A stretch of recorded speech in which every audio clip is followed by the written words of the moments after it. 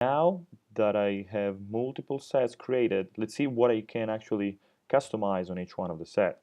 So basically, all these little keyboards here represent, each one represents a different sensor on my T8.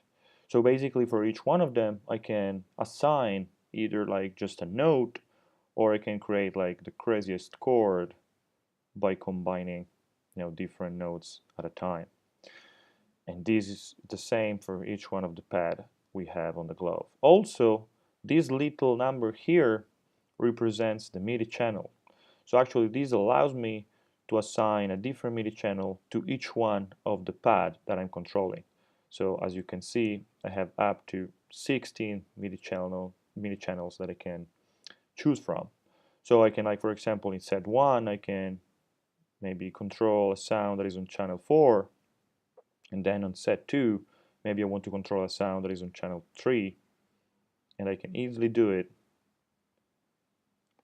by doing so. And maybe, like for example, on channel 1, I have both accelerometers, both axes on, while on set 2, I only have the X axis on. Or on set 3, maybe I only have the Y axis on. And this is very important.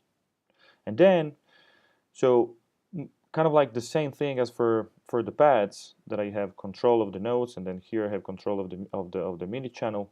It's for the accelerometers.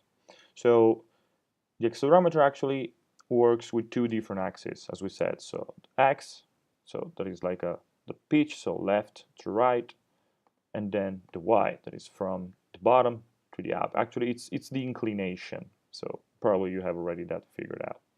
So now what I can do is for the X-axis, for example, I can assign one of these four options to it for the MIDI message that will come out of it. So it can either be a standard CC message, so modulation or expression. The cool thing about modulation and expression is that any VST you're using will be able to read those messages right away. It will be like almost a plug and play type of thing, because you just get a VST to read the messages and it will be automatically reading the modulation and the expression coming out from your gestures. Same thing as for the pads here. I can choose to which MIDI channel the accelerometer will go. So let's suppose that here on set 1, I want all my messages to go to MIDI channel 4, and I'll do the same here at the accelerometer. So now I have expression going to channel 4, modulation going to channel 4, and all the pads going to channel 4. So this is my set 1. Then I have my set 2 that, as we said, is on MIDI channel 3. So for example, let's bring it all to channel 3. And we do the same thing here.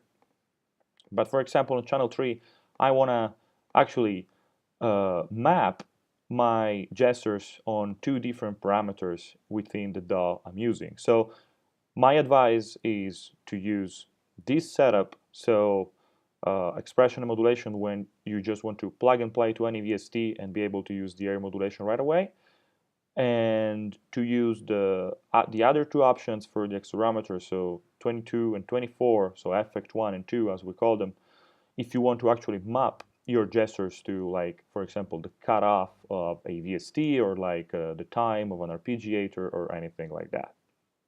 So I hope that this made a little bit clearer the way that the customization of each set works. And please,